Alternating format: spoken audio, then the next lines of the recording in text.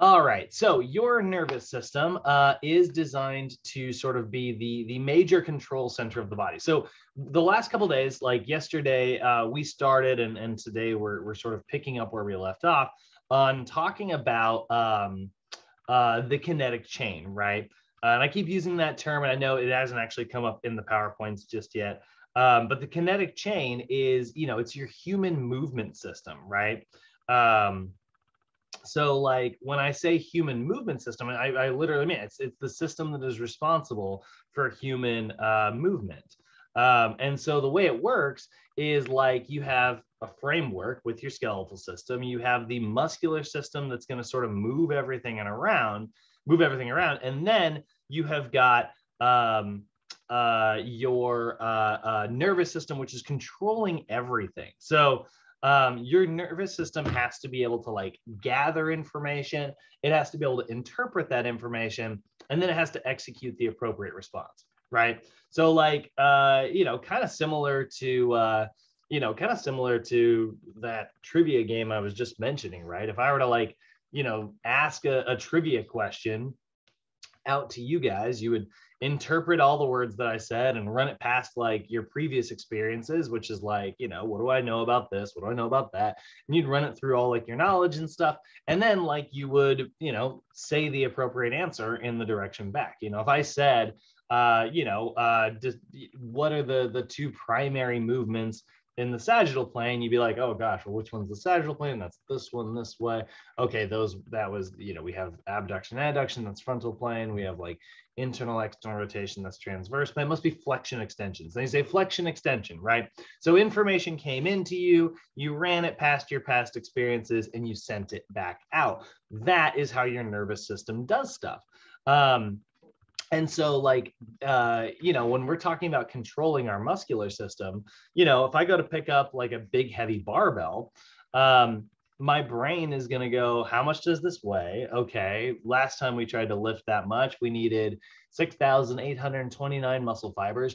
All right, so we will recruit those 6,829 muscle fibers. So then like it executes the appropriate response, and suddenly, I'm going to lift that barbell up off the ground. So, again, information comes in, interprets the information goes out.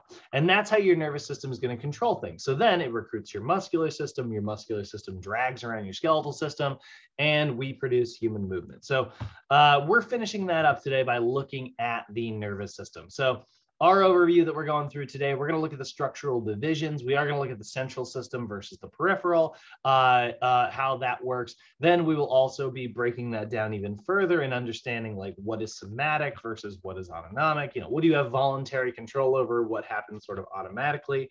Like right now, you guys are all, I'm assuming, processing breakfast. Like, your digestive system is hard at work, working on all that, even though you're not thinking about it. Like I'm not sitting here like, all right, move that toast into the small intestine, like I don't have to think about that. It just kind of happens automatically. But obviously, like when I choose to like move my arms or my legs or, thing I move the most in the world, constantly moving my mouth, that's going to be something that I have somatic voluntary control over. We'll take a look at the different types of neurons that we've got and how they function. We will definitely be looking at like how nerves are actually working. And, we talked a lot about the electric signals that your muscle creates yesterday. Well, that electric signal stuff really starts in the nervous system. Like if any system in the body is famous for creating electrochemical signals, it's definitely your nervous system. And then we'll talk about synapses. We sort of breached that a little bit yesterday. And then spinal cords and spinal nerves, we'll talk about that really briefly, but honestly, that's not a huge aspect of our thing. Cyrus, you definitely would have spent plenty of time in PT Aid talking about like dermatomes and stuff, because those are like, on the skin. So when you're massaging, it's a big part of their role, we don't really work with skin that often. I mean, for the most part, like NASM will say like, hey, if you're using like a massage gun, make sure like, you're not pounding and bruising the skin. That's about it, it's not really one of our areas. So we'll be moving through that one relatively quick. And then the clinical aspects, we're not going to cover that. That's really not our area either. And then the same thing with like your autonomic nervous system. We will talk a little bit about the divisions here, sympathetic versus parasympathetic. But the rest of them, not so much. We'll be moving through that fast. And then we'll get into the endocrine system at the end today. So talk a little bit about hormones, which is kind of fun, Let me see. I'm going to skip down to the end because I'm curious. Yeah, I got a whole one bullet point on hormones, which is about how much attention they get in your textbook as well. So let's really quickly, I do want to show you guys a quick little video on the nervous system that kind of explains it and shows some animations. Oh, that's funny. Look at that. There's the crash course nervous system video that I have showed in other classes.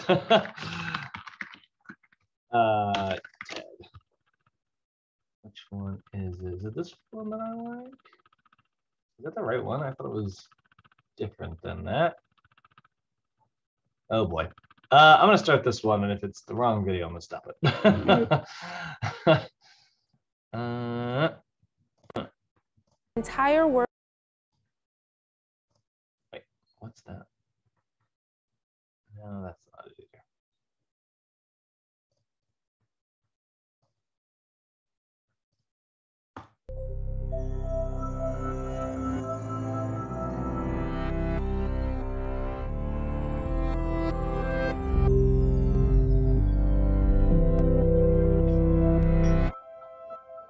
How do nerves work? Are nerves simply the wires in the body that conduct electricity like the wires in the walls of your home or in your computer? This is an analogy often made, but the reality is that nerves have a much more complex job in the body.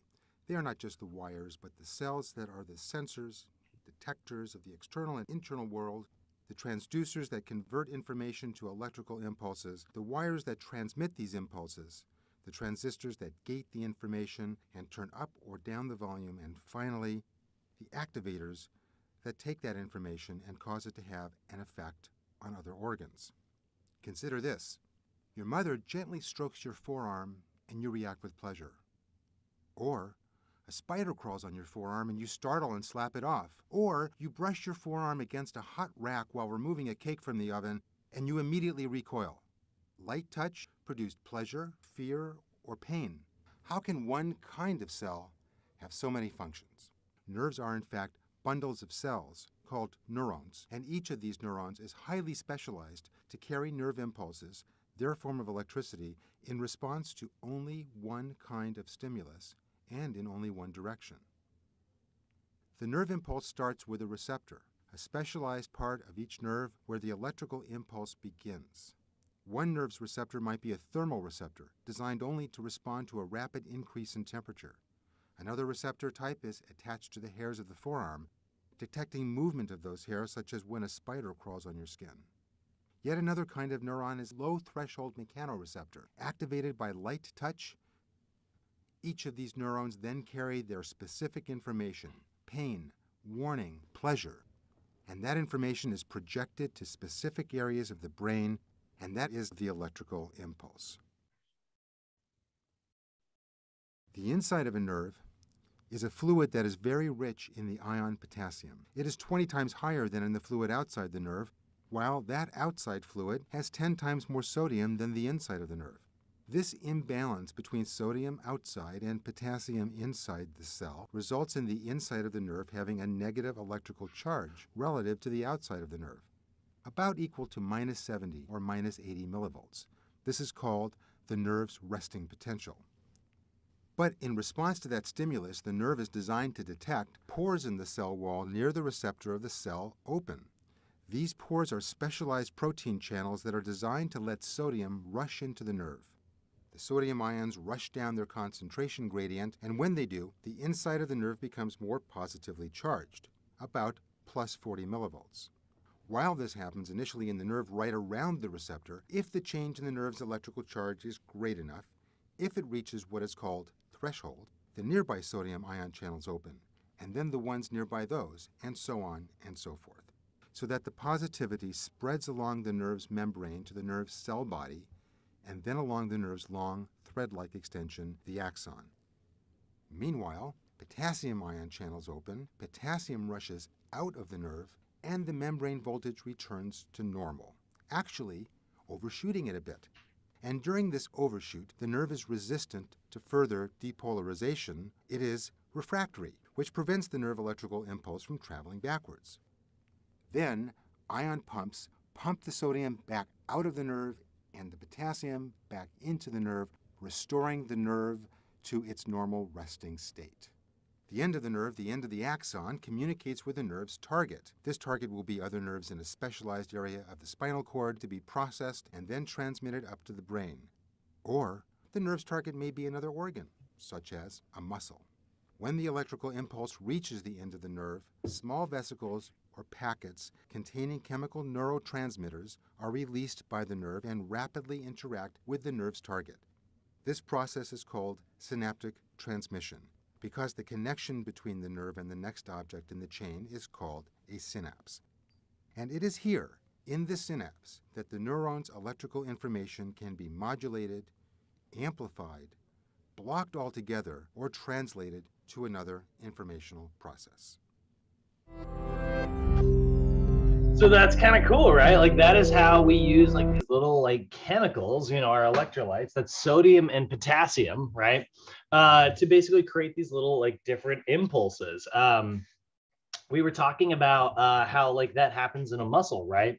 You know, the information would come in to the nervous system, like to tell how to tell you that you're trying to like recruit a muscle to do something. And then your nervous system would send a signal towards that muscle and say, hey, I need you to do a little bit of work, right? And so it would use those same chemicals that it used to like get from nerve to nerve to nerve, neuron to neuron to neuron to neuron to neuron, all the way back to like neuron to neuron to wherever it's going. And it's going to use those different chemicals to kind of kick off those reactions. So those little bit of chemical signals, those little chemical messengers are what are responsible for creating the electricity. But the one thing about that video is like, oh, we can't just call it wires. It is a really good analogy to think of it as like a bunch of wires running through your body. Cause like, you know, I was just fixing, we have these outdoor string lights and one of the bulbs was messed up. And I was just fixing it the other day and I was like there just wasn't a connection. And it was because like it got torn or maybe like a bird bit it or something. Yeah, I don't know what happened, but so I like shaved it down and like reconnected little wires and put electrical tape over it. And now it works just fine. That's kind of like, unfortunately, we can't do that with our neurons if they get like fully severed. But like that is, you know, we made the connection happen so like the electricity can keep passing from point A to point B. The same thing is true in your nervous system, right? We want to make sure that we are able to get signals from one spot to another. This is why when someone is like cramping up, if someone's like cramping up really bad, you know, you always tell them like, hey, get some electrolytes, you know, and those electrolytes make it a little bit easier to get that energy going again. Let's take a look at the nervous system's job, right? So like I said, it's a control system, right? The nervous system is a control system. It coordinates literally everything that your body does.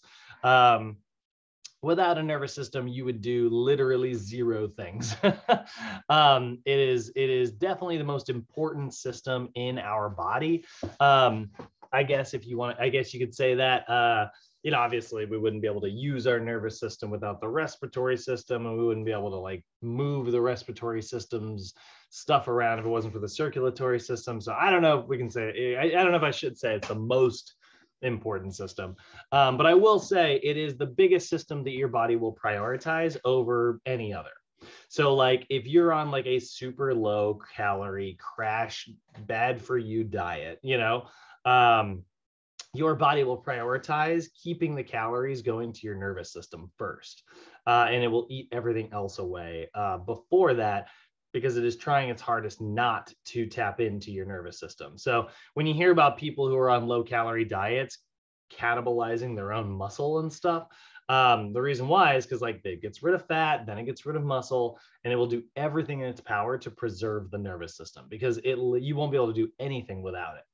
But eventually, like even that can get messed up on a low enough diet. So when I say that it is controlling and coordinating things, it needs to be able to detect stimuli and also respond to that stimuli. So we have sort of a highway of information here. We have information coming in and we have information going out, right, in those two different directions. So that's what nerves are supposed to do. They carry the messages to and from different parts of the brain so that like we can coordinate these signals. So we're going to have two primary divisions here. If we look at like how we are sort of dividing our nervous system down, we're going to have two main sections. We're going to have your central nervous system, which is sort of the main one, right? So I'm just going to go like this first. I need this to be a little bit smaller. Let's go like that. Let's go like that. So we've got your central nervous system, right?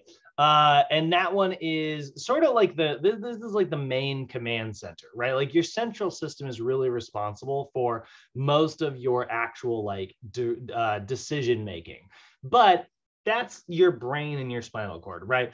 It doesn't really cover your entire body.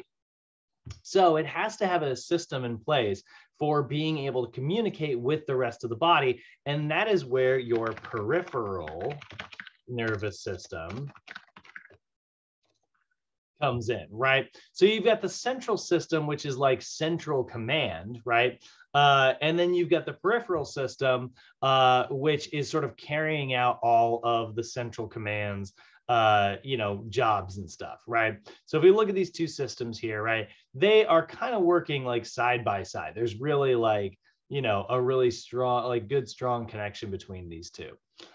So those are the two primary divisions of your nervous system: the central system making all the decisions and the peripheral system carrying out all of those decisions, right? So if you imagine this as like the CEO of a company, that's how I kind of like to think of it. That's your central nervous system, right? Like the CEO is in charge of making all the main decisions, right? Telling all the workers to, what to do and stuff. Like if we go to like, the CEO of like a factory, right? Like that, the central system is like, this is the direction the company is going in. This is what we want to do. We need this, right? And then what he's going to do is he's like, all right, well, we need to deliver a bunch of like packages from our factory product. We've got it made. Now we just need to send out our product and get it to everywhere it needs to go. And so what he'll do is he'll say, all right, I need you guys to send out the packages to all of our, so he'll put somebody in charge of that. And then like, they will send, these packages out to anybody who needs to get them. That action of like carrying those deliveries out, that is going to be your peripheral nervous system. So your central nervous system is your brain and your spinal cord, right? Responsible for coordinating all the signals. And the peripheral system is responsible for carrying out those signals. That's like your cranial nerves. So interestingly enough, you do have like little nerves that branch out from your brain, throughout the rest of your skull. It's a very small area. They're actually not part of the central system. The central system is the brain itself. These are nerves that kind of run around. Like obviously, like if I touch my skin here, I can feel, that happen, right? Well, that is like little nerves branching out from my brain, getting under my skin. Not part of it's not directly connected to my brain. That's my peripheral system. It's around the periphery, right? But the more famous of them is going to be like your spinal nerves. So when you look at your spinal nerves, they're going to look something kind of like this. They're going to come down through the main central spinal canal, which you can see here. That's your spinal cord. That's the central nervous system, right? You've got your brain and your spinal cord. That's the central system. And then look at all these like, branches, right? Look at this coming out from the neck here, running all the way down, right? That travels and breaks down even further into the various nerves that are going to control your hands. Now, this is a very simplified drawing. We're not actually showing how many real nerves are kind of threading throughout, but this one right here, this is your radial nerve, right? And this one, and this one right in here, this is your ulnar nerve. It also runs up right here into your elbow. And then there's a connection between the two right here. And you have definitely whacked this at some point in your life where you hit your elbow and you're like, good God, and it just feels like your fingers go tingly and stuff. What you did is you smacked your radio ulnar nerve. It is much more commonly referred to as your funny bone. Because it's like right where your humerus is. That's why they call it that. But anybody who's ever done that knows that it is not very funny. That sucks. So it branches out from there. And then there's a really famous one down here as well. Like this branches out down and covers like our legs and stuff. This is what's known as your sciatic nerve, right? So you've got a sciatic nerve here and you've got a sciatic nerve here. Anybody in here, anybody in the call right now have sciatic nerve problems? Does anybody ever get like a pain sensation that shoots down their leg, or like from their shoots into their butt and like runs down their leg really briefly? Anybody get a pain like that every now and then? Maybe a burning sensation, tingling sensation sometimes is what people will say. No? I love to hear that. That's actually great. But actually, I don't, but my my mom has a really bad problem like 2 years ago. And she was like, in the end, she can't even move. It was so horrible. So she had to get a surgery for that. Yeah. So she was getting like, it was like a burning sensation running down her leg. Yeah, she was like, she was crying because I believe it was horrible. Yeah. So here's how that sometimes happens. Your mom could be a special case. There's definitely other things that can cause this. But that is sometimes referred to as a condition called sciatica. Or sometimes it's called piriformis syndrome. And we call it that because there's a muscle called your piriformis it's actually kind of a hip butt muscle in a way, right? It's very small, but it runs from your sacrum over to your femur here, right? And so it kind of helps with abduction a little bit. It kind of helps abduct the leg. And that's great, like, really cool. It lives underneath your glute, by the way. There's your main glute muscle. There's your piriformis there. But your sciatic nerve actually runs directly between that muscle and a couple other ones, right? So your sciatic nerve comes down from the spinal cord and it branches out here behind the piriformis, but in front of this little internal muscle here, right? And so it has to run between those two. And what can happen sometimes is this piriformis muscle can get so tight because maybe we sit a lot, or, we have some type of like habit or a lifestyle. And what happens, if you look here, why are the pictures on the internet so small today? What happens here is like the muscle can actually pinch it between the bone here in the pelvis. And so when that happens, it interrupts the signal, similar to, it's like hitting your funny bone, but it runs down your leg, that's probably what your mom was feeling. She was, this like pain, similar to when you hit your funny bone, you're just like, oh God, that hurts, and it kind of runs down the arm. But this is running down the leg, and it's because the nerve is getting pinched. So a lot of times what we'll do is we'll try to stretch that out using like piriformis stretches, such as like a figure 4 stretch or like a glute stretch here. This is a really big one. That's a really big one. This is actually probably the most popular just because like it's very easy to do from a seated position. A lot of people who have this problem have a hard time getting onto the floor. So like those stretches can be actually, there's a whole program, right? So here and then here and then here and then here, right? All of these are going to be very helpful stretches that can kind of loosen that up. But sometimes it actually gets so tight, you'll even see like some people will be born this way. It doesn't really cause any problems until it does. But sometimes the nerve will actually run through the muscle. And that is something that definitely requires like straight surgery. Trying to find a picture of that actually. Actually, there's a great picture, by the way, of all of it branching down.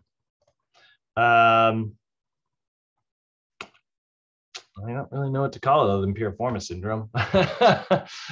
But yeah, every now and then you'll see the nerve actually thread through the muscle, or the muscle will grow around it in some ways.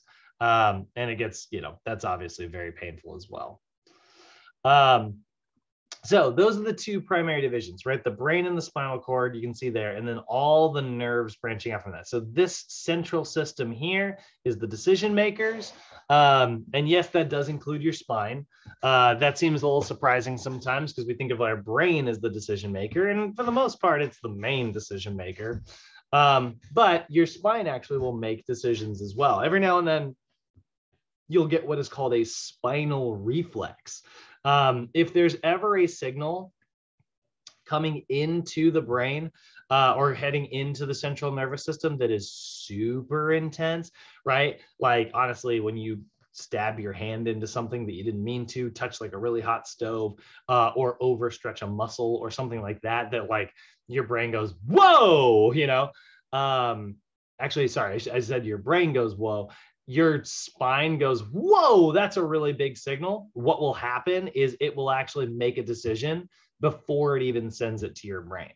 And that's what's known as a reflex, you know, and whenever like you've been somebody, one of your friends is like standing behind a door, they pop out and they're like, ah, you know, I think you're like, ah, you know, right? That's mostly like a reflex reaction. Like, you know, I warned my roommate, I was like, look, if you get punched in the face when you scare me, like, that's not on me. That's just biology taking over. You don't get to blame me for that. You know, that's a reflex reaction. Reflex reactions actually take place in the spine. So like what'll happen is like a signal, let's say you touch like a hot stove, the information will come in, it'll get to the spine, and then rather than shipping it all the way up to the brain to make a decision, which would take a little bit longer because your brain's like, well, that's really hot, which means we're going to have a really bad burn. We should probably move the arm away, and, you know, we should recruit these muscles. You know, like, it's like, think about all those things. Emergency information just goes straight back to the arm. It stops at the spine. The spine goes, I don't know, do this. And it's usually a little bit simpler. Not quite as well coordinated. And that's why sometimes when people get scared, they're like, you know, they don't really look like they're the smoothest person in the world. But those are called spinal reflexes. They're very, very simple compared to like the decisions our brain makes. Our brain is, you know, complex and, you know, advanced, but the simple stuff happens at the spine. So looking further at these divisions here, right? Your central system is going to further, your peripheral system is going to further divide down. So we've got the central system, which is responsible for coordinating all the signals, right? That's your brain and your spinal cord. We got the peripheral system, which carries out those signals. And that goes in both directions, by the way. Like your peripheral system has information coming in and information going out. So it's how your brain figures out things, right? Like, again, your brain's the CEO, right? Well, your peripheral system is going to bring information in and say like, hey, boss, stocks are up today, you know? And then your boss is going to go, great, like then do this, you know? So then the information goes back out again. They're like, hey, like, you know, we've got a bunch of orders today. And your brain goes, okay, that's great. You know, put all those packages together, right? Or it says, hey, brain, we're trying to pick up a dumbbell. And the brain goes, all right, well, then you need to recruit, what muscle are we using? The biceps, you know, like it'll kind of send all that information out based on the information coming in, which is one of the reasons why it's so important for us to train our clients in what we call a multi-sensory environment. Like if you train your client in an environment where like maybe they're standing on one leg, you know, they get maximal sensory information because like when you're on one leg, you're kind of bouncing, you're wobbly, you're doing all this stuff, right? And if you're doing bicep curls while you're doing all that wobbling stuff, you know, your brain's going to learn, oh, okay, like when I'm in this position, this is what I do. And I'm in this position, this is what I do. And it can like sort of take all that information and interpret it and say, okay, well, now I know all kinds of new stuff, right? So the next time you go to do a bicep curl, your brain's going to be really good at it because it's already experienced all of that. That's all of the information. We want to send maximal information. We want to teach our brain as much stuff as we can teach it. And that's why the stabilization level of NASM's programming starts with very unstable exercises. We start our new clients in like wobbly environments, and then we move them to stable environments later, you know, and that way, like they're going to be really strong by the time they get to those stable environments. So the central system does that. The peripheral system either detects information coming in or sends information going out. And so we're going to divide that information going out into two primary divisions, right? So now we got to talk about like where the information is going from the peripheral nervous system. So it's going to divide down into two other systems here, so little subdivisions, right? This is going to be your somatic nervous system, right? And it is going to be your what we call autonomic nervous system. Okay, so the autonomic nervous system. Autonomic, honestly, guys, think of it as automatic. That really that really is like a good descriptor there. So the somatic division, right, is all of your voluntary control stuff. Okay, so like when you have voluntary control over something, that is very much somatic, right? So like, for instance, like I'm voluntarily talking to you guys, right? You know, that's all under the control of my somatic nervous system. But like I said, processing breakfast and stuff, that is very autonomic. You know, I don't want to have to think about like, you know, processing my food.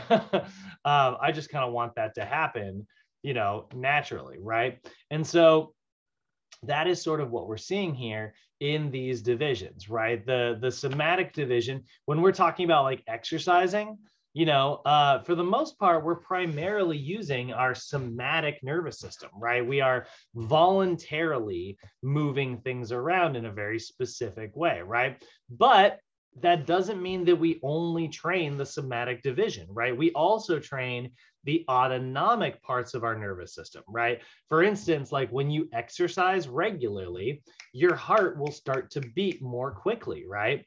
That is your autonomic nervous system. You don't want to have to like, you're not consciously beating your heart. So here's the thing, right? I sometimes hear this argument. I'm like, look, your heart is autonomic. You have no control over it, right? You cannot choose to make it beat.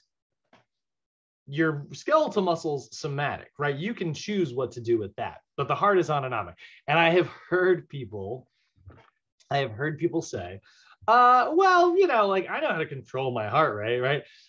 That is not what I'm saying. That is not the same. You can think calming thoughts, you know, like, you know, you're sitting on a beach hanging out, you know, sunbathing, you know, drinking a margarita or something, you know, like you can picture that for sure. And maybe that lowers your heart rate a little bit, but like that response was very autonomic. You don't have any control over when your heart beats, okay? You have just somatic control and autonomic control. And that's a good thing because now we don't have too much to have to think about in our everyday life. You know, a lot of our things in life are very autonomic, right? So this is involuntary things like your smooth muscle, your organs, right? Cardiac muscle, and then various glands throughout the body. Unfortunately, we do not have very good control, or at least conscious control of our glands. You know, honestly, I could probably, if I made you guys, I want you guys to imagine the last time, or, you know, picture in your brain your favorite slice of pizza. You know, what place in town is your favorite place to go get a pizza? I want you to picture, you know, a little salty, a little greasy, you know, but just amazing and like your favorite, right? Like chances are, when I started mentioning that, you might have, if you really did start thinking about it intensely, you might have started salivating a little bit. If you notice, you know, your mouth's a little bit wetter right now, like thinking about like that delicious food, right? That is an autonomic reaction. Your saliva glands, as you start to bring a piece of pizza towards your mouth, will actually start activating. You don't have to think about that at all. It'll just happen for you, right? And that's great in the saliva glands. It's not so great when, unfortunately, your body will, you know, react and create stress glands. Those aren't quite so awesome. Unfortunately, when that happens, we actually get better at getting stressed out. Sadly, the more you stress, the better at getting stressed you are, which is kind of a bummer. But we'll talk a little bit more about that at the end of the lesson today. So now, Speaking of stress, that is sort of one half of what the autonomic division of your nervous system will do. So the final divisions that we're going to have here, we're going to split this down one more time into sympathetic nervous system. Your sympathetic nervous system is going to be one half of the autonomic stuff. And then the other half is going to be your parasympathetic. Okay, so your parasympathetic nervous system is sort of the exact opposite of the sympathetic system, right? So the sympathetic system is sort of, we think of it as the fight or flight system. If you've ever heard that term before, that's what they're talking about. They're talking about like your fight or flight nervous system. So this is where, you know, your body is really sort of freaking out about stuff. And maybe amping up its physiologic response to things, right? That's what your sympathetic nervous system does. So then the exact opposite of that would be your parasympathetic nervous system, right? So sympathetic system coming here, and then parasympathetic nervous system sort of going in from there.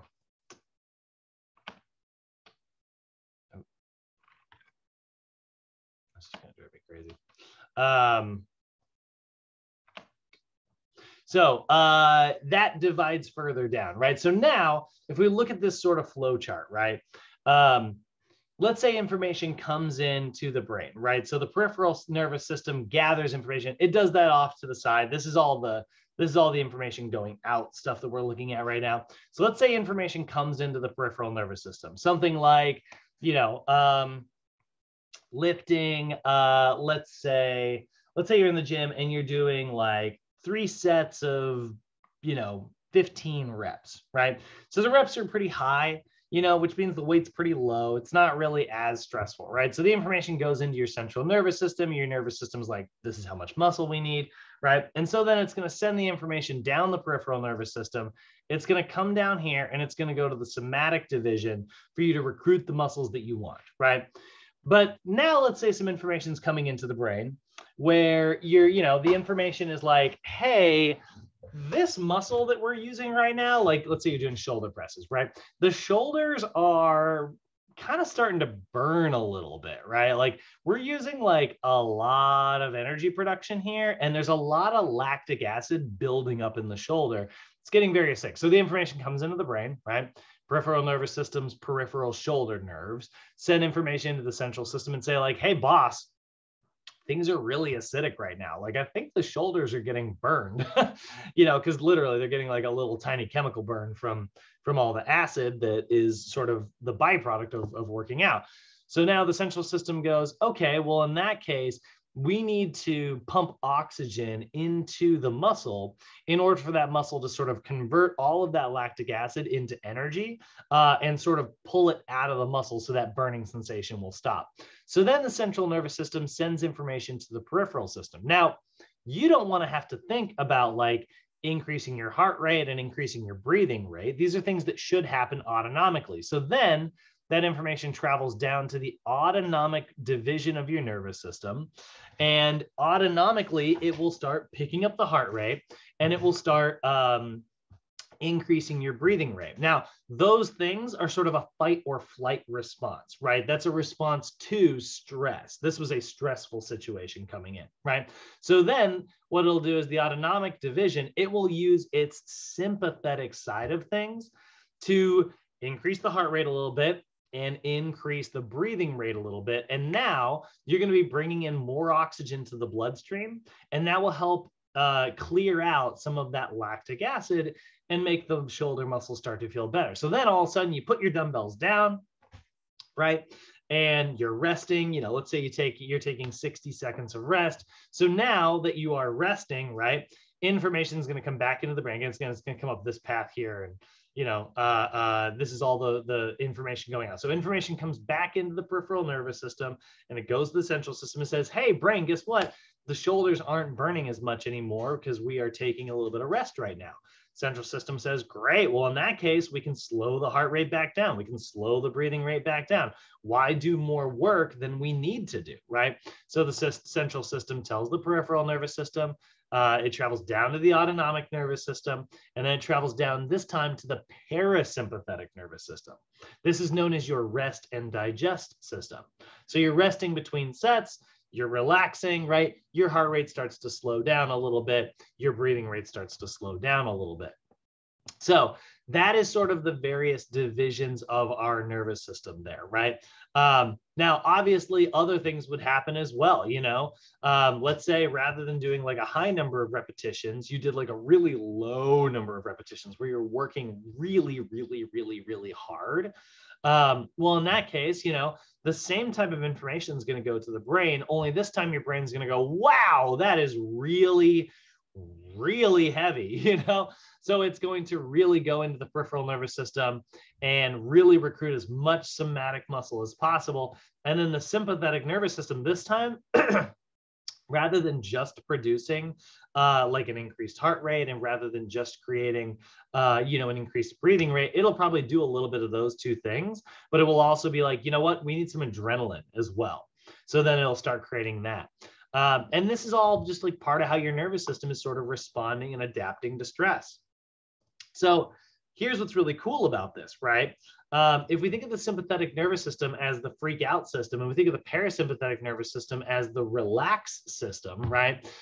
Whenever you recruit one of them, the other one's going to come along afterwards. So weirdly enough, when you're in the gym, you are in fight or flight mode. Your brain doesn't know what dumbbells are. You know, biologically, your brain has no idea what a squat rack is or what exercising is. It thinks you're in the middle of like a gladiatorial arena fighting some bear, you know, like, let's go bear, you know, like, I need some freaking adrenaline, you know, to be able to beat this dang thing, right? That's what your brain thinks, right? Or it thinks you're running from a saber-toothed tiger. You know, like your brain has no idea what the difference is. Biologically, stress is stress. You know, this is actually one of the problems with like the world we live in today. Your brain also doesn't know the difference between, holy crap, I forgot to pay my cable bill, right? And, oh, I'm running away from a freaking lion. You know, like it doesn't really know the difference between those two things. And that's why we create so much stress all the time. You hear people are just constantly stressed, right? And it sometimes feels, you know, very stressful in your life, right? And remember, there's going to be homework 2 going out today. Ugh, stress, you know, like, you know, like that's sort of a fight or flight response. But one of the reasons why we know exercise is so good for us is exercise actually sort of calms us down. It creates this rest and digest situation, because when you flood your body with like work related stress from like exercise, what's really cool is your body goes, you know, the workout's over, you do your cool down, you're kind of signaling to the body that like, you know, we went up in activity. It was really dangerous. We were fighting a bear. Hey, we beat the bear and now we can kind of calm down and relax. So you start to go through like your cool down, the workout, you kind of ease your way out of it. One of the really cool things is like it returns your body back to normal and your body floods with endorphins and, you know, anti-stress stuff. And so in a weird way, targeted stress like exercise, going for a run, you know, working out a little bit, yoga, meditation, even these targeted situations can actually very much calm us down. And they're sort of the anti-stress, or I guess they're the stress cure, right? They're the stress sort of antibodies. And that's one of the reasons why working out is so freaking good for us and has so many positive effects, you know? So your autonomic nervous system is regulating, it's regulating your glands, it's regulating your smooth muscles, your hollow organs, your blood vessels, your heart, you know, autonomically, it's all the stuff that runs automatically. If you want to call it the automatic system, honestly, nobody's going to blame you. And it works to kind of control all of the sort of normal stuff that you don't want to have to think about, right? And it's divided into either sympathetic or parasympathetic. The sympathetic is the sort of high alert section. It's the fight or flight response, right? So when your endocrine system needs to create like adrenaline or cortisol or any of those stress hormones, it uses the sympathetic system to do that, right? Remember, even your endocrine system, which is like hormones and glands and stuff, and it is its own control system, is under the control of your nervous system. Your nervous system says, hey, zap that gland. So the sympathetic system, it freaks out. That's the stressful situation. If any of us in here, if you just know that person who's pretty high strung, they're just, my mom, perfect example of this. I love my mom to death, but she is a Olympic level, world-class athlete in the stress Olympics. Like nobody on the planet, I can't think of a single person on the planet who's good at stressing out as my mom is. Right. Like, we'll be walking around. She'll be like, did I leave the stove on? And it's like, no, Mom, like we made sure it was off. She's like, are you sure? And it's like, I'm pretty sure, like I checked, you asked me to check and I did. She's like, okay. I feel like I left it on. It's like, I promise you, I did. You didn't, like, that's who my mom is, right? Like she's a very stressed out lady. She doesn't know how to relax. Which, I think I get some of that from her sometimes too. Like I think I definitely picked up on some of that when I was a kid. I can be, sometimes I can't let stuff go. That is very much like a fight or flight response, right? And the more you do it, unfortunately, the better you get at it. And what I mean by better, I mean like the more you get stressed, the better you are, and the more you can get stressed, because it is like a gland, right? So you're strengthening the glands. And so it's squeezing out more and more stress juice, but what's really great about that is, exactly the opposite is true as well. Your parasympathetic nervous system, this is your rest and digest system that has the opposite effect on an organ, will sort of calm you down, right? And so that can kind of get us to relax, which is really, really great. And so the more often you meditate, the more often you exercise, the more often you do yoga, the more you just take like a, small vacation, you doing you, that is your parasympathetic system. That's going to help you sort of return back to normal. So those are sort of the divisions there. Any questions so far? Everybody keeping up? Any questions or comments? Cool. All righty. So, all right, let's zoom in a little bit. Now that we've looked at the function stuff, let's zoom in and take a look at our actual like neurons. Okay. So looking at the neurons here, right? Neurons are really cool. They're the functional unit of the nervous system is what you always hear. That's the sort of definition there. But these are the cells that are making up your nervous system, right? Your nervous system is made out of billions of neurons, and they're highly specialized. They're really cool, they can coordinate things using electric signals, right? So if you're looking here, right, this is an overall muscle here, right? Made up of several fascicles, made up of several neurons, several muscle fibers, individual muscle cells, right? And so this single neuron is going to run down and it's going to have, let's see, it's got 1, 2, 3, 4, 5, 6, 7, 8, 9, 10, 11, 12, 13, 14, 15, 31 little branches on it. So it's going to recruit, this neuron is going to recruit 31 individual muscle fibers based, on what I can see there, right? But look at how many like little fingers it has and stuff, right? So that is actually how your nervous system is sort of at work, right? So this cell is highly specialized in its structure, right? It has all these fingers and it has this big long tail that allows it to cover like a lot of distance. And then it's got even more fingers at the end. And that allows it to be very good at connecting in a lot of different ways and coordinating different signals in different directions, right? So if we're looking at a neuron's anatomy, it's got the cell body here, right? Am I seeing it? Yeah. The cell body right here, that's where you're going to find all the normal stuff that we talked about, right? You're going to see a nucleus, you're going to see mitochondria, lysosomes, centrioles, ribosomes. You can see all the normal stuff that's going to be found inside of an animal cell, right? But the special fibers that it has that are very specific to the nervous system are going to be things like these little dendrites, right? So these little fingers right here that are branching out, these little branches, if you want to call it that, because actually branches works really well. Dendrite means tree in, I think, Latin or Greek. So it actually means tree, and which makes a lot of sense considering it looks like the branches of a tree. That's actually carrying information towards the cell body. Okay, so they're going to act as like the arms that are attaching to like other neurons. So when you look at like a bunch of neurons being attached, usually we're going to draw them kind of like this, right? You see there, all of these little fingers are attached to like the fingers of other neurons. And that's really cool because like, you remember the other day where you're talking about like amino acids and how like amino acids, depending on what order they're in, will make like a different protein. If it goes like think about like, words in the English language, right? Or any language, I should say. We got 26 letters in the English language, right? So depending on what order you put those 26 letters in, you've got a bajillion combinations, right? We can make a bunch of words out of it. We just by moving those letters around. And that's how we make different proteins, right? We do make different proteins by assembling amino acids in different orders, right?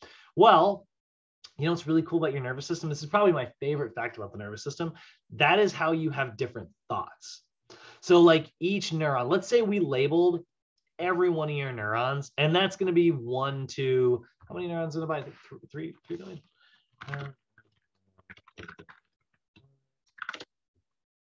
Good Lord. 86 billion.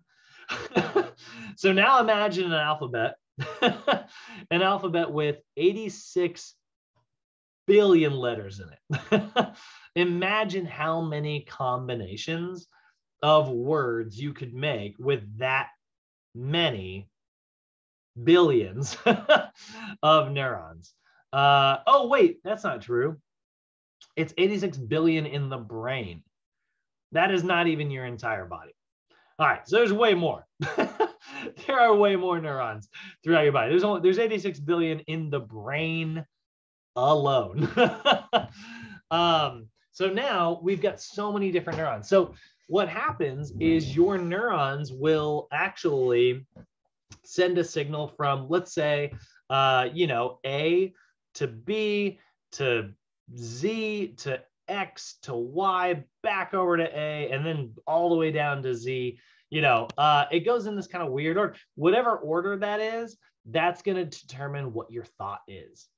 And that's going to determine what sensation you're feeling. So like A to B to Q to Y to P is the taste of pizza. And A to B to Z to X to N to W is the taste of Brussels sprouts. Like that is crazy. Think about how many freaking combinations you make. So that is why we need, with that many freaking letters, that many combinations, we need, and think about how many thoughts you can have and experiences, right? We need to be able to move this information really, really, really, really fast. So we've got all these little synapses here, these little dendrites. They're going to connect all the nerves together to create this sort of what is practically infinite number of combinations of thoughts, right? And actions and things like that. Now we need to be able to cover distance, right? I need to be able to get something from my brain all the way down to like my feet, or my legs, my quads, or whatever. I need to be able to get it very far away. So we luckily have these big long tails that are going to run away from the neuron, right? And so that big long tail is what's known as the axon, okay? The axon is sort of the big long tail end. Now you'll notice it's got these kind of lumps on it, right? It's got these like little beads that sort of, these little ovals that kind of cover the whole thing. This is what those actually look like. Those little like beads are what is known as myelin. So myelin is this little sheath here. It's actually made out of mostly like fat. And what it'll do is it'll start, whenever you're making like a new neuron, it'll sort of start like this, and then it kind of wraps itself around thicker and thicker and thicker, and it insulates the neuron, right? So now if I was sending electricity from here all the way down to here, that electric signal is not going to get lost. It's going to keep traveling in the direction it's supposed to do. Think of it as like, again, think of it as like a wire. Let's say you got a cord you're plugging in like a curling iron, right? If you plugged that in to the wall, and unfortunately, like, I don't know why this happened, but like the cord is all screwed up and there's no rubber or plastic covering the cord anymore. So now there's like exposed metal wire. Like metal's a really good conductor. And you set that curling iron down and you've got like, I don't know, you set it on to some type of like table that has like metal in it. What's going to happen is like, if that metal touches more metal, the electricity is just going to start running through that now. And so you come over and place your hand on it and maybe you get like a small electric shock, you know? So what do? Well, we wrap all of our cords in plastic, and that keeps all of the electricity from, you know, just going out in whatever direction it wants to go, because it just wants to head straight down, you know, it just wants to head that way. So if we can stop that from happening, we can direct electricity in one specific direction. That's what myelin does. Myelin wraps around the axons to insulate your neurons. So we call that your myelin sheath. It's actually its own cell. It's a special type of cell that insulates the neurons to protect signals. Now, there is a little gap. There is actually a little gap between each of the pieces of myelin, which might make you think, well, it's like, wouldn't the electricity get lost in that gap? Kind of, it kind of would, but luckily the gap is so small. What's really cool about it is that it allows the electricity to sort of jump from gap to gap. So it can actually, like, the signal travels down and then it jumps and speeds up. And that is one of the reasons why our nervous system travels so quickly. I mean, number one, electricity travels real fast. But number two, it's able to jump from neuron to neuron. We call that, it's called saltatory conduction. And it's where there'll be a little bit of a gap in between each of the things, and that speeds up the electric signal, making it travel faster and faster and faster and faster and faster, you know, keeping our signals being very effective. So you can see that actually here, where like there's little gaps there, right? So positive, negative, right? And then all of a sudden it switches and it's like, there's the electricity sort of traveling down the axon of the neuron there. Now you might end up with what's called multiple sclerosis. You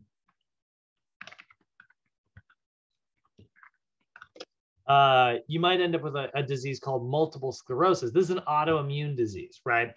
And what happens is, for some reason, your immune system actually attacks your own myelin and damages the nerves there. And that's where you'll see people with MS, they'll have very poor balance. They'll sometimes get like a little bit of aches and pains that kind of come out of nowhere, like burning sensations. And what that is that's literally their nervous system can't effectively communicate because those nervous system signals that we talked about are getting lost. Now, we do not know how to cure MS, unfortunately, but I will say, as a trainer working with a client who has MS, it can have very positive impacts on their life. Not because you're curing it in any way. Exercise does not have any positive effects on the disease itself. But a byproduct of the disease is poor balance. It's a lot of falling. It's a lot of bruises, aches, and pains because you fall a lot. Because your nervous system isn't coordinating effectively. So when you increase your athleticism and balance in general, it makes you much less likely to actually fall and just increases your overall quality of life. So it may not necessarily have like a direct impact on the disease, which is, you know, I think that's a very good way for us to understand like what our role is in the health industry. Our job is not to treat any specific diseases, right? That's where doctors come in, right? But our role is absolutely to improve people's quality of life by improving their health overall. If everything in your health gets a little bit better and you're not really struggling with the diseases that you have anymore, that's the thing. I'm kind of an example of that myself. I have sort of a genetic condition that runs in my family, is just regular old stenosis. It's not the fanciest, not the rarest condition in the world. A lot of people have stenosis. But if you look at what stenosis is, it's where your nervous system kind of gets clogged. Stenosis is where your spinal canal, unfortunately, is just kind of full of other crap like calcium buildup. And it just kind of builds up in there. And so your spinal canal doesn't quite have as much space as it's supposed to have, which means you're really sensitive to like aches and pains in your low back. Honestly, I'm sure anybody in here who has like general low back pain, you might have, you know, if you've ever talked to your doctor and they've said you've got stenosis, it's very, very common. And it runs in both sides of my family. So this canal gets, kind of built up with like calcium and stuff. And so it gets a little narrower than it's supposed to be. And then nerve signals get poked and you're just like, oh, God, and your back can hurt, right? But I do a lot of core exercise. I work out regularly. I take care of my body and improve my athleticism in general, which, trains me to keep my spine in alignment, like a healthy alignment. And then that reduces the aches and pains that I ever feel in my low back. And honestly, I actually don't really have low back pain. Every time I get an x-ray for various reasons. I found out about this, by the way, because I broke a rib. And the doctor took a rib x-ray and he was like, you got stenosis. And I was like, great. He's like, I can see your spine in the back of the x-ray. And I was like, okay. But every time I like get a checkup, and they look on things, they're like, you got a little, and I'm like, I know. I got a narrow spinal canal. I'm aware, they're like, you ever get in the aches and pains? I'm like, no, I don't feel a thing, because I spend time like, making sure that my nervous system is nice and healthy. So that is a little bit about like how we sort of approach this. So I always like to think of like certain diseases like MS whenever I'm talking about the nervous system, because it really does kind of show you that's something we don't really have a lot of control over, like an autoimmune disease, but we do see like an overall improved quality of life. This is one more reason why we are sort of looking at some of this microanatomy here, because it is going to have a big impact on our clients someday. So let's go ahead and zoom out of the individual neurons and let's take a look at what types of neurons we got. Remember, all day today, I've been talking about, traveling in different directions, right? Information going towards the brain, information going away from the brain. What about the brain itself? Well, that is where we've got three main classifications of neurons here, okay? So three major classifications. We are going to have either sensory neurons, motor neurons, or interneurons, right? So sensory neurons are sometimes called afferent neurons. By the way, I want to apologize on behalf of all of biology here. These terms absolutely suck. They sound exactly the same. I apologize for that.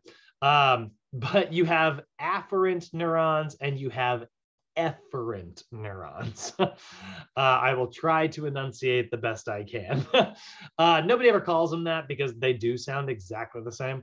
But your sensory neurons are your afferent and your motor neurons are your efferent, okay? So sensory neurons are neurons that go towards the brain, right? So like you touch something, you sense something, it travels up the arm, travels up the spine, goes to the brain, and the brain says, oh, okay, we're touching, a fluffy puppy, like that's not dangerous. Great, we're good with it, So the sensory information coming in is like, helping your brain gather information. Again, your brain's not directly connected to anything, right? So it has to get information to travel from the peripheral section, like in my fingertips, to the central system in my brain. So I touch something, the information comes up, right?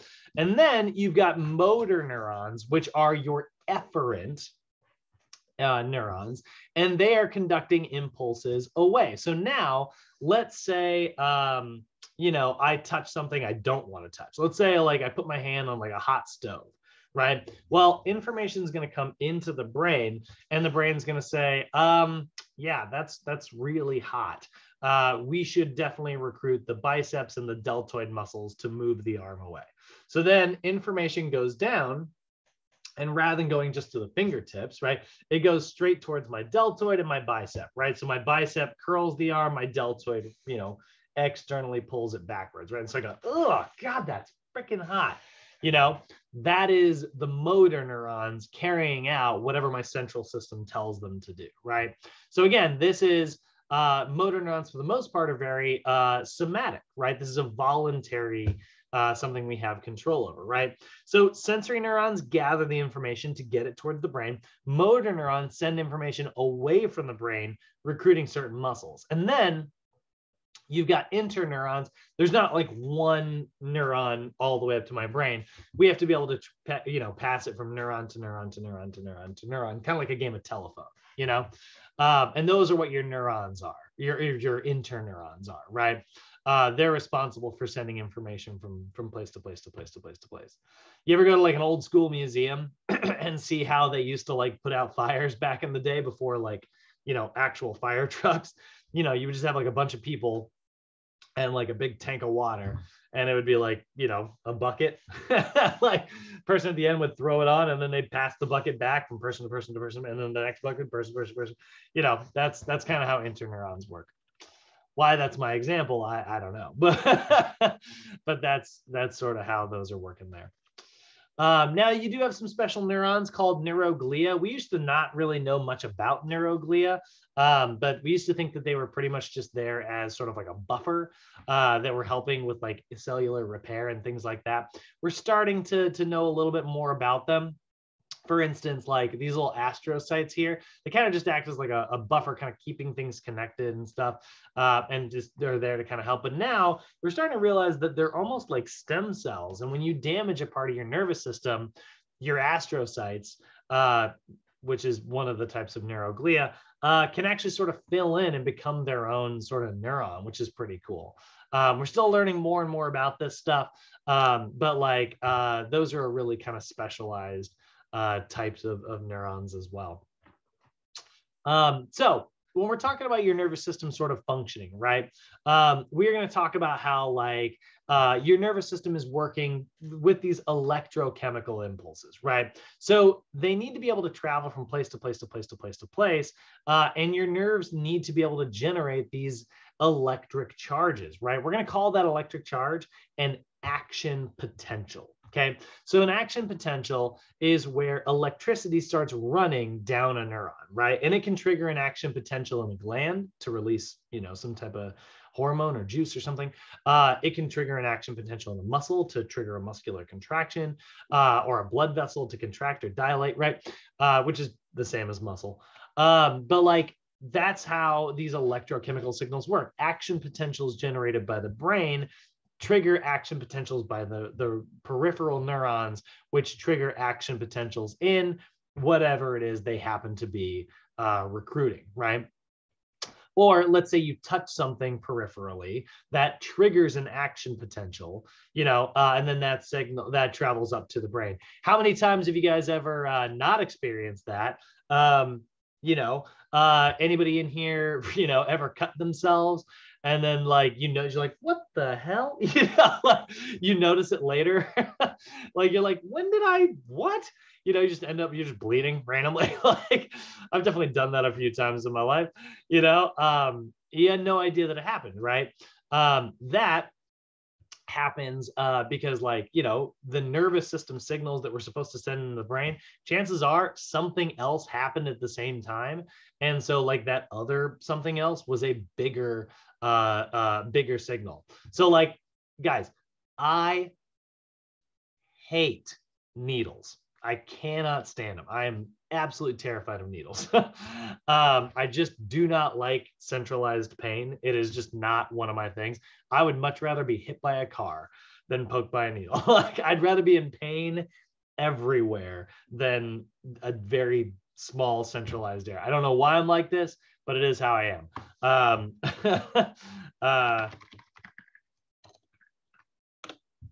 So there is this little tool. God dang it.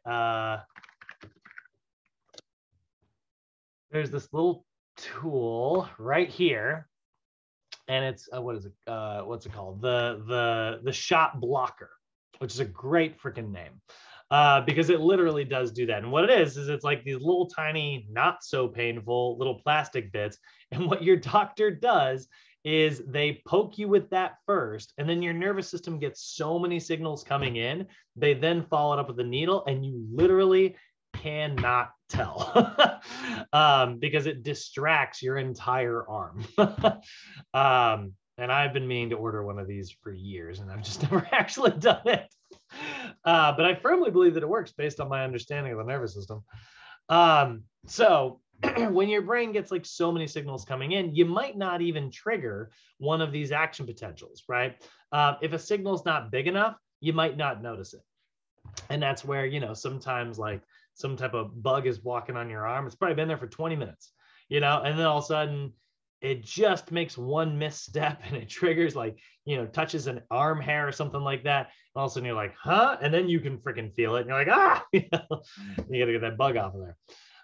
So your nervous system works like that, right? A nerve will first sit at a resting state, doing nothing. Like a lot of your nerves right now, they're just sitting at a resting state. What that means is that the membrane is polarized. You know, think about the term like polar opposites, right? So you think about like what an action potential is. When you look at it, and when it's in a resting state, the two sides of the neuron are polarized, right? Is this big enough? Yeah. So take a look right here. Oh, it doesn't have the pictures on the outside. Hold on. That's not going to work. Yeah. So see how there is negative stuff on the inside, positive stuff on the outside, right? That's polar opposites, right? So that's a resting state, right? Don't pay attention to the first part of this. But this section here is in a resting state. And then what happens is like something happens. You know, I know it's not the most elegant description, but like something occurs, you know, a bug walks on your arm, triggers one of your arm hairs and makes you, you know, realize that something's happening, right? You touch something, something occurs, a stimulus, right? That causes depolarization. So what's going to happen is some type of stimulus occurs and a whole bunch of sodium is going to rush into the neuron and a whole bunch of potassium is going to rush outside of the neuron in a specific section of the neuron. So now what happens is you're negative on the outside and you're positive on the inside. So a stimulus occurs and then that happens. And what happens is that is like taking two batteries that were facing in the same direction and then flipping one of them. Now, electrons are moving back and forth. There's an electric action potential. Okay, there's electricity rushing. Now, it is going to travel in the direction it's supposed to travel thanks to your myelin, which is insulating things. So it's going to keep it traveling in the direction it's supposed to go. So it's going to travel from the cell body down the tail of the axon. So that electricity is going to trigger here. Now, when it touches this, that's going to cause polarization in this section of the neuron. So what's going to happen is this section of the neuron is then going to flush sodium in and potassium out, and it's going to flip and become polarized, right, in the opposite direction. So it was resting, and then we ran electricity through it, and then it travels out. This is why, by the way, if you've ever like, you know, you see like they always show it in action. This is totally not what happens in real life, but you know how like they use the paddles in movies and they're like clear, and they zap somebody and they always go, their chest like jumps off the table. That's supposed to show it's like, yeah, electricity is running through the body, and so like they contract all their muscles. Kinda. But that's like, you know, when you get zapped and sometimes like you see people are like they'll and they can't let go. It's because their muscles are contracting because electricity is running through the things that are controlling their muscles. So electricity triggers more electricity to kind of run in. So what happens is you have polarization. So sodium enters, potassium leaves, and now there's a charge in the neuron, right? And then what will happen is, you know, your body will work really hard to kind of pump those sodium ions back to where they're supposed to be, pump the potassium ions back to where they're supposed to be, and you'll experience repolarization and it'll go back to rest. And you can send another signal right afterwards, right back down. And this happens at the friggin', you know, when I say at the speed of light, I mean at the speed of lightning. I mean it, like it's traveling fast, you know? And so action potentials look kind of like this. You'll see the electricity will sort of travel down from here to here, and it'll keep traveling down from here. Well, that's not traveling very far. There we go. Oh, would you, oh, internet, please. There we go. So it'll literally travel down the tail of the neuron until it gets to the very end. And when it gets to the very end, you know what it'll do? It'll trigger the next neuron, and then the next one, the next one. So all those interneurons are sort of travel, you know, allowing the signal to travel. And that's sort of what it looks like. So some type of stimulus triggers this depolarization, repolarization thing that basically creates a little bit of electricity, and it travels around. And that is how our body sort of does this. So you can see here, this little gap is where that electricity can travel a little bit faster. That's the saltatory conduction we were talking about, right? These little bits of myelin protect the signal so it doesn't get lost into here, but then it causes it to speed up and travel faster as it gets to here. And that's one of the ways that your nervous system is so freaking quick, is because of that. So a sensory neuron gathers the information, it gets it to the central nervous system. Your central nervous system coordinates some type of response and then travels from your central nervous system to a motor neuron. Motor neurons are going to recruit whatever muscle we need to use. So, you know, some type of muscle is response, and then we move, right? And that's what's happening every time you make a little tiny movement, right? It's amazing like how all of this sort of comes together to coordinate all of the things that we do in our life, you know, like, so one last thing we got to talk about here before we sort of like get out of the nervous system, we do have to look at synapses. Now the synapse is going to be the connection point between a neuron and something else, right? It could be a neuron and another neuron. It could be a neuron and a muscle. It could be a neuron and a gland, right? Whatever. It just needs to be like something and a neuron where they're connected. That's a synapse, right? So it's the junction point there. So what you'll have is you'll have the axon, you'll have the tail of the neuron, and then it will have what's called a synaptic cleft. It's this little gap. You can see there, this is the synaptic cleft. It's the gap between these two things. And then you'll have some type of dendrite at the very end that's sort of binding to things. So in this case, we're seeing this tail end, the axon of this neuron with its little fibers at the end are attaching to the dendrites, the little fingers, the trees on the end of that other neuron. So this neuron is synapsing with another neuron. And so what it'll do is it'll spit out these little neurotransmitters that bind to little receptor sites. So what's really cool about this whole process is that you got to remember that this literally is electricity. Right? Like when I say it's an electric signal running through things, I mean it, right? Now, if anybody in here has ever run electricity through something before, you know, what does it do? It's extremely hot. It burns stuff. You guys ever get like a cutting board or something like this? So it's kind of a fun thing. There's a really cool way to make some really fun designs in like woodworking by doing what's called the Lichtenberg effect. And what it is you, oh my gosh, I know that guy. What you do is you run, you take a little bit of water and probably a little bit of salt in there too. Like salt water is highly conductive. And you run that through,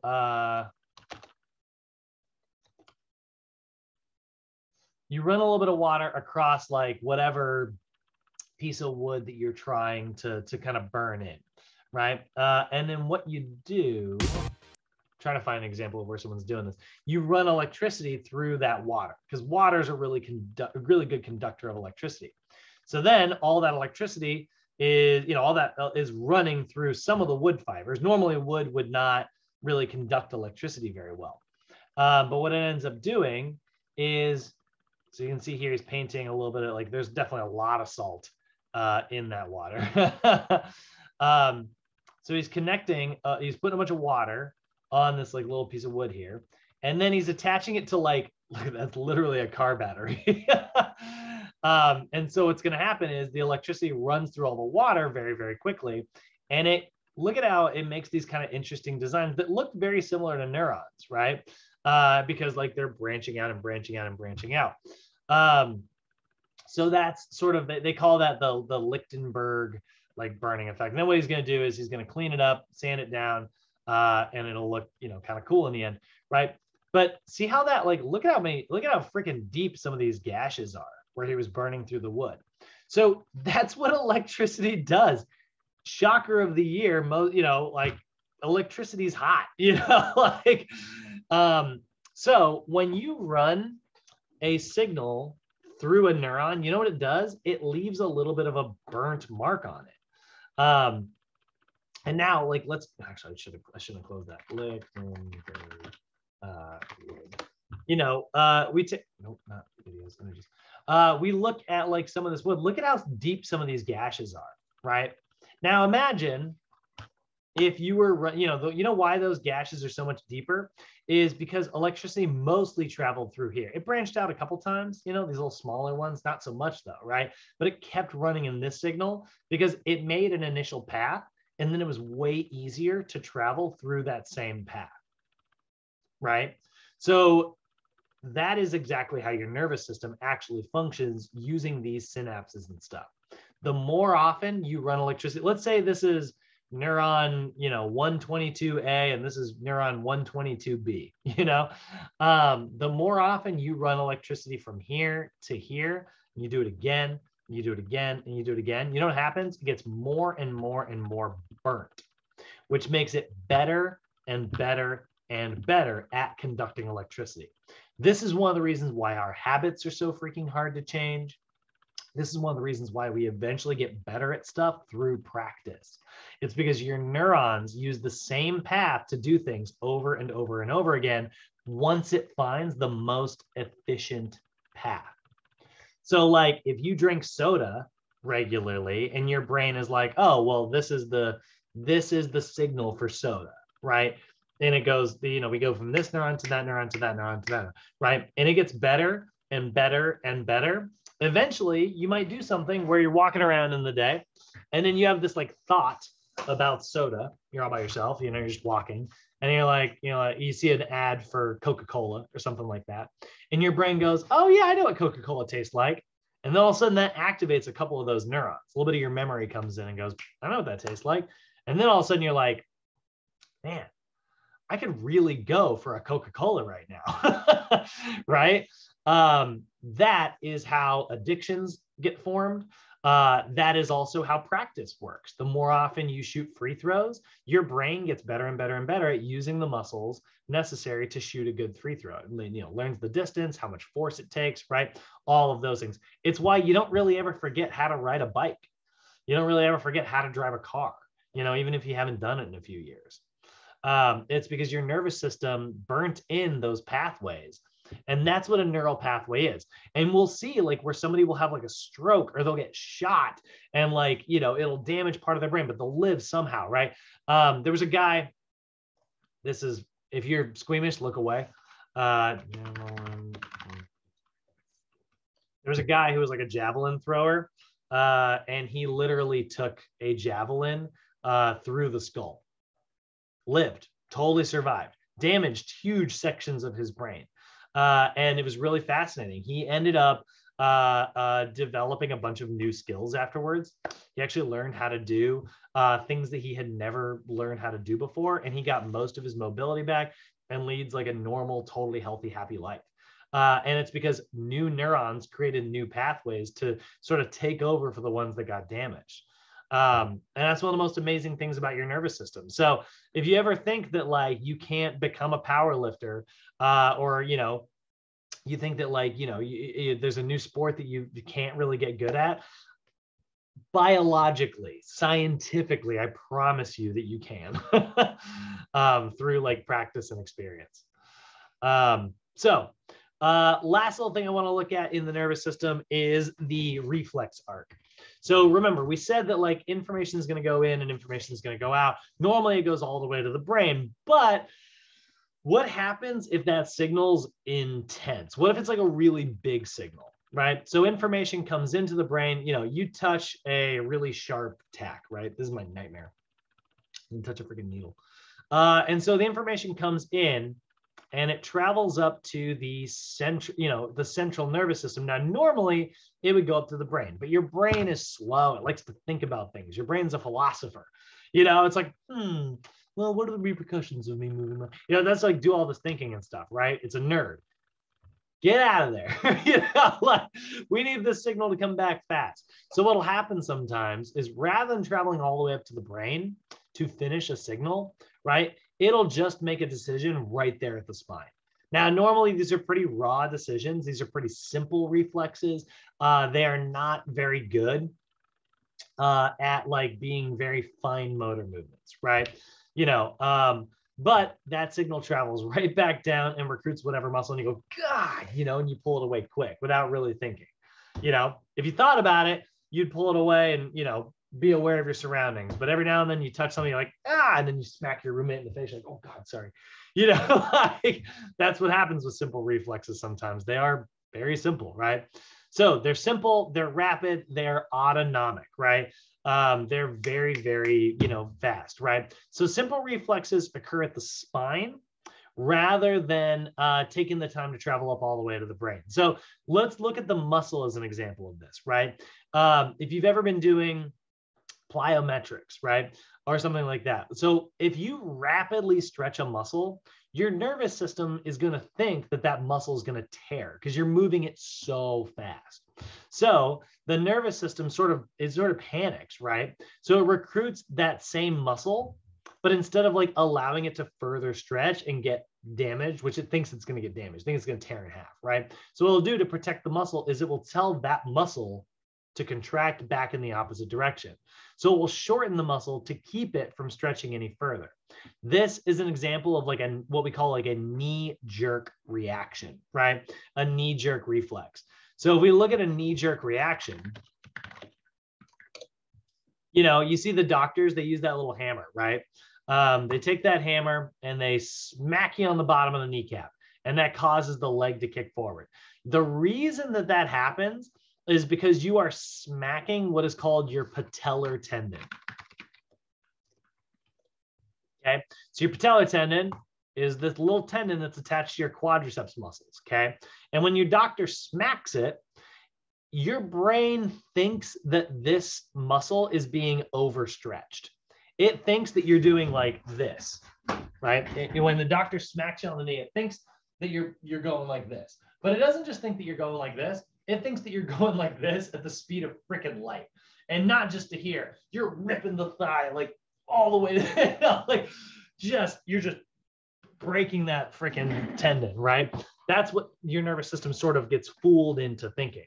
So then what happens is your brain goes, your spine, not your brain, your spine goes, whoa, that's way too long for that muscle to be. We should shorten it. We should contract it. So it pulls, right? And then all of a sudden, when your quadriceps pull, you know what happens? Your knee kicks forward. We do what is called knee extension, right? And so that's what occurs during like a knee reflex, right? Something really fast that your brain makes a simple decision, you know? And that's your doctor just testing how well your nervous system is sort of like functioning. You know, ideally all of us should be able to kind of have like a pretty fast reflex, you know. Same thing happens when you know, bump that funny bone that we talked about earlier, right? It's this like intense signal, right? And you're usually like, God, you know, like, those are very simple, they're very automatic, and they're rapid, right? So they happen really, really quick. We actually take advantage of this. As an athlete, you can become more explosive. You can jump higher by taking advantage of stretch reflexes.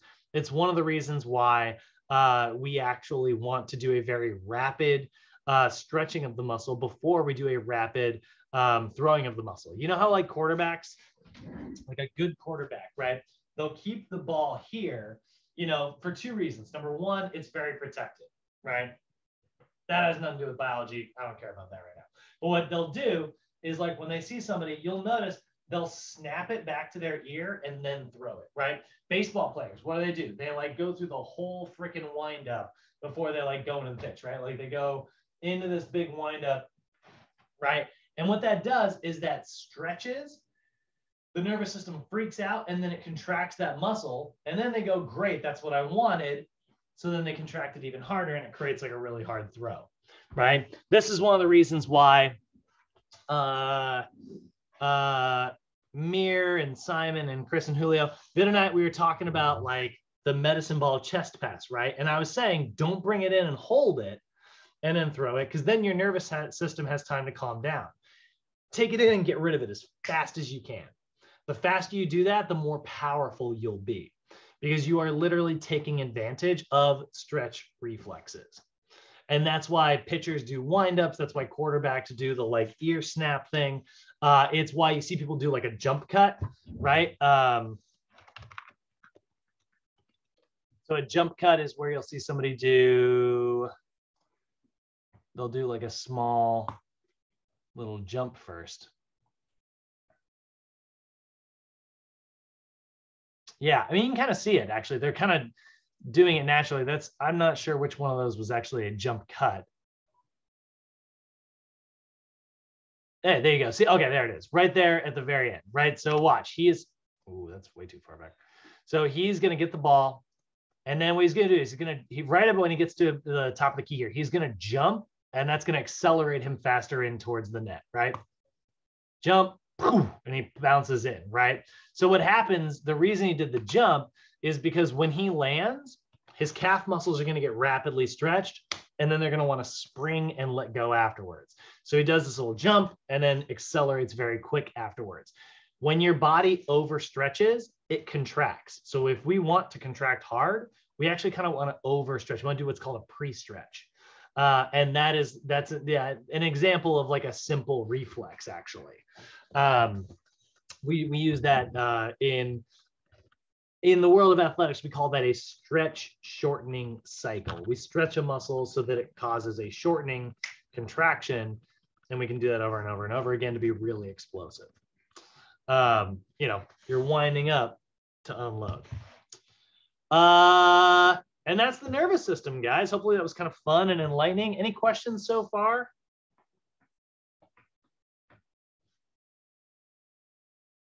Nope. Oh, thank you. All righty.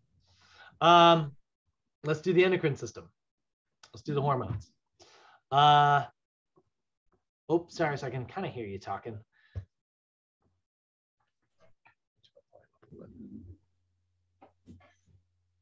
Nothing, Cyrus. I see you're talking, but for some reason I can't hear you. Oh no, I'm good.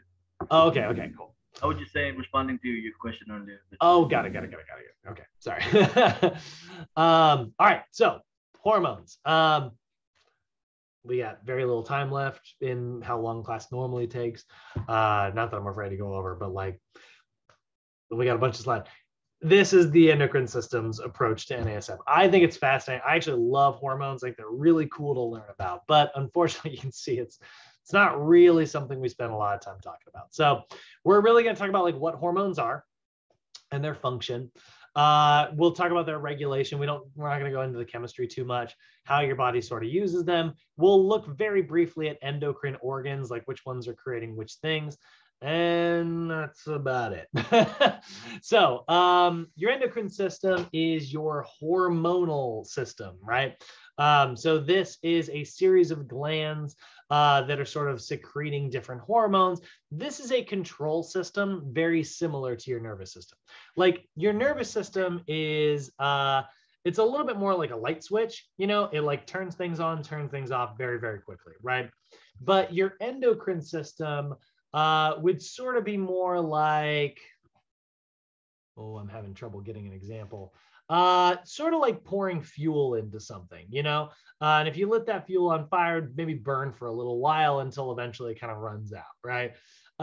That's sort of how your hormone system works. It's a series of like it would make something happen, right? Oh, you know what? Actually, here, your nervous system is kind of like a gas stove. If you've ever had like a gas stove, you turn on, and click, click, click, whereas your endocrine system is more like an electric stove. You turn it on, it's fine at first, and it slowly starts getting a little bit hotter, gets a little bit hotter, gets a little bit hotter, right? And then it's really hot. And then you turn it off, and well, it doesn't really just turn off instantly. It's not instantly cool to the touch. It sort of cools down slowly. That's exactly how your endocrine system works. It uses chemicals to sort of control the body rather than like a little zap, rather than electricity. So because of that, a lot of times it's really intense and it kind of lasts a while, your nervous system, when it wants to turn off, it just turns off and things stop zapping, it's lightning quick.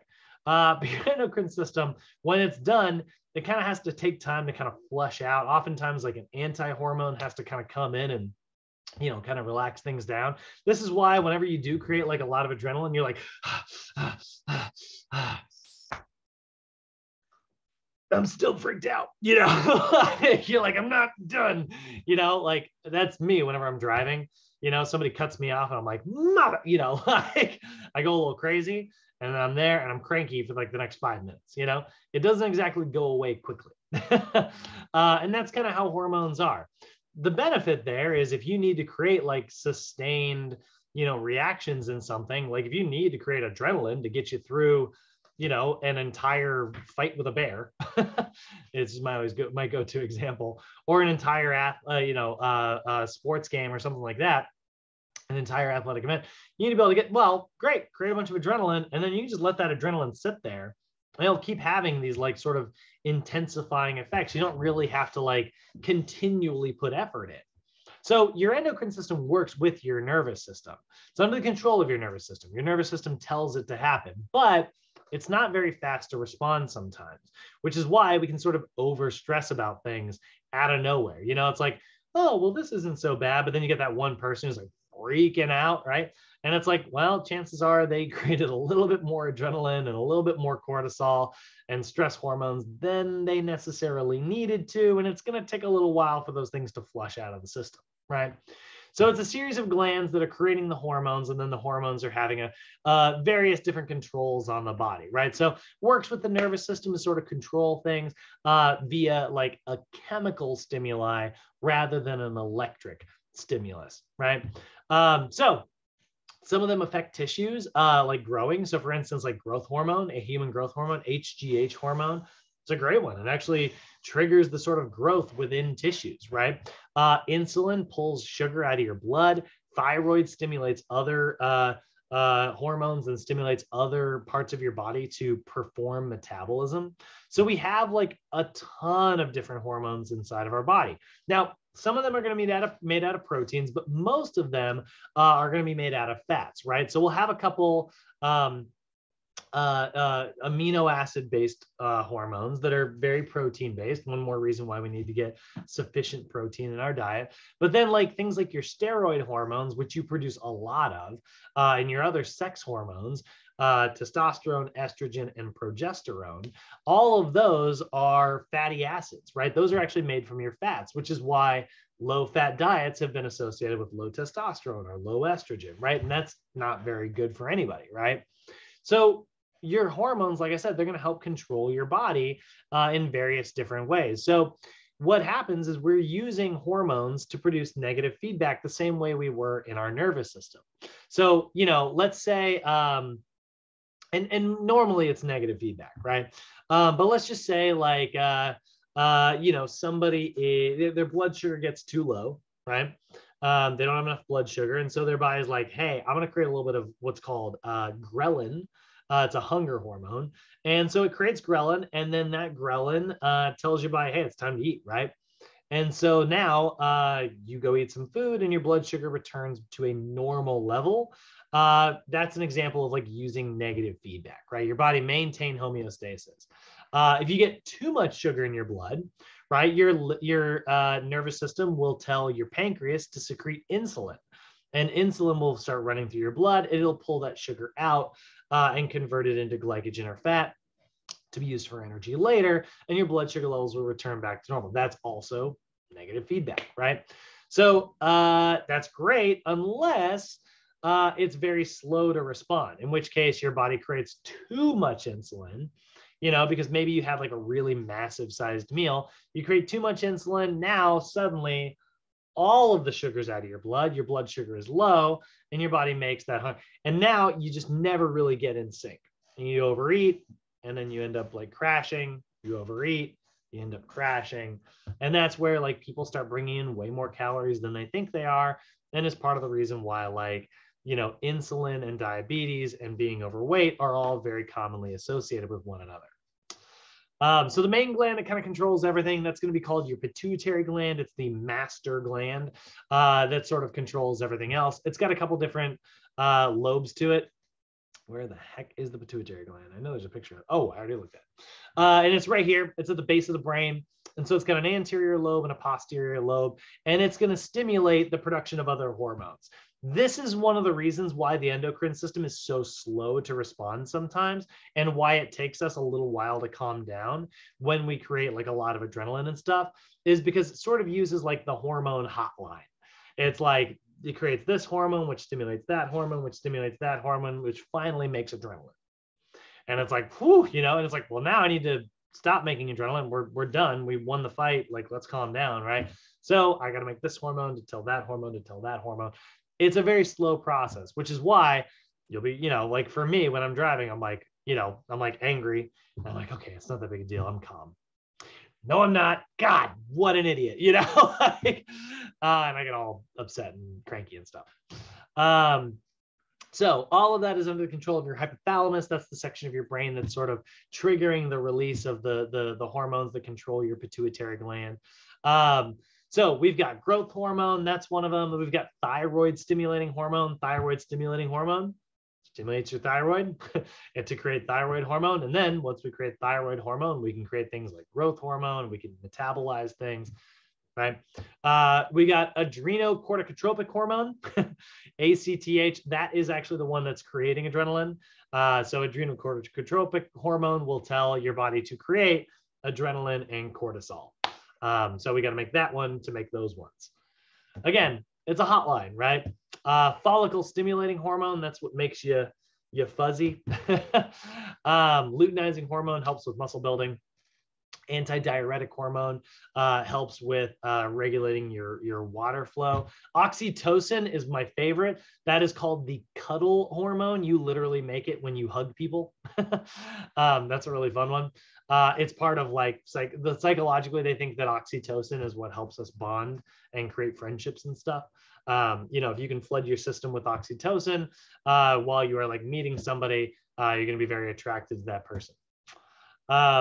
So here's where all the like thyroid is going to be created here on the neck. Actually, kind of lives on your trachea. Your kidneys are where you're creating your adrenal glands, right? Sex hormones obviously created near our sex organs, right? So there's a lot of different hormones creating like different things in different places, all doing different stuff. You know, testosterone, for instance, is like very good at helping build muscle mass, particularly type 2 muscle mass. Like if you want to make stronger fibers, testosterone is a very good way to do that, right? So there's a lot of different ones out there. And so a hormone is a chemical messenger that has some type of an effect on a cell. Glands are things that secrete hormones, and they are all under the control of the pituitary gland, which is the main one, right?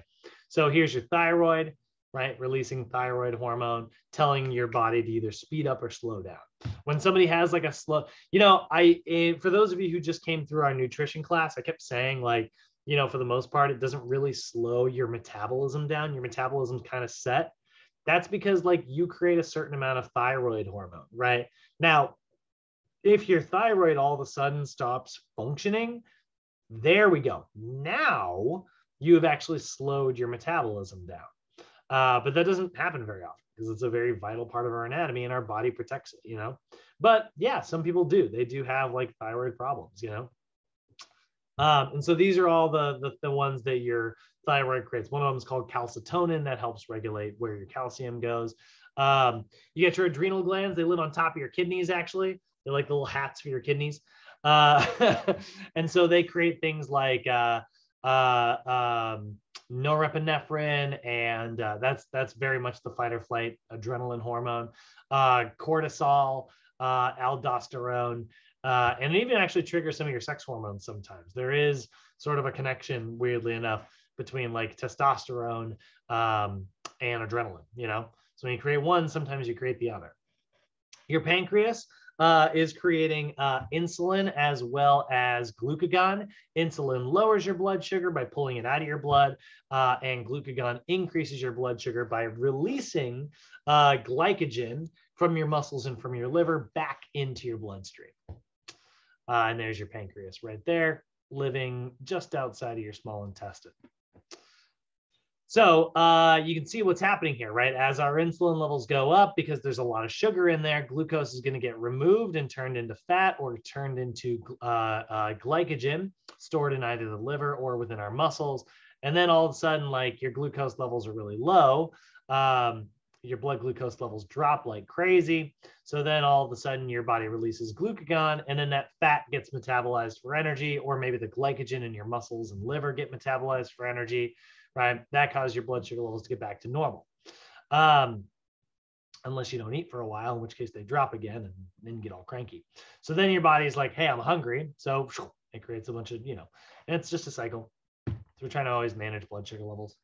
We got diseases like type 1 or type 2 diabetes. Type 1 diabetes is where your body actually doesn't make enough of that insulin. So like you just kind of have a pancreas that doesn't function properly. And then we get type 2 diabetes where it's like this is the kind of thing, this is what's interesting about these receptors. Sometimes those receptors can actually become less sensitive to this hormone. So your body actually stops responding to the insulin that's creating. So then your body's like, why isn't it responding? So it makes more and more and more insulin, which then makes you even less sensitive. You start to build up a tolerance, kind of similar to caffeine or anything else. So that's what type 2 diabetes is. And then we've got like our sex organs. Like I said, they're creating things like testosterone, estrogen, progesterone, all those things. There's other ones as well. Like there's God dang it, DHT, I can never pronounce it properly. I gotta look at the word. Dihydrotestosterone. Good God. And that's what makes your hair fall out. When you actually make a lot of testosterone, it gets converted into DHT. And that's why people taking steroids often lose their hair. They have so much testosterone, their body's like, whew, we need to convert that. Turns into DHT, and there you go. We got our fight or flight hormones. Like I said, that's going to be adrenaline and cortisol. Those are your stress hormones that kind of speed up your body's processes because your body thinks it's being attacked by something. But really all it could be is like, you forgot to call your mom on Mother's Day. Stress, Unfortunately, our body doesn't know the difference between fighting a bear and forgetting to pay your bills on time, or running from a lion, and it doesn't know the difference between that and not turning your homework in, all that stuff that kind of stresses us out. And that's it, guys. That's I know we spent most of our time on the nervous system, moved into the endocrine system there at the end, but that is about all I have got for you this week. We got a weekend. We got a 3-day weekend, so you guys have Monday off. It'll be President's Day. I hope you guys get to relax and do something cool.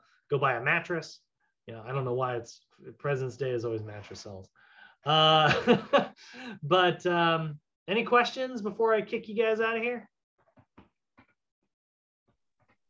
No questions, I guess. The only thing was like just curious is what was the cattle hormone that you mentioned just a little bit ago? Oxytocin. Oxytocin. Oh, cool. Okay. Yeah, look it up. It's really fun. It does. Yeah. It sounds like I was like, wait. It is like what helps babies bond to their mother.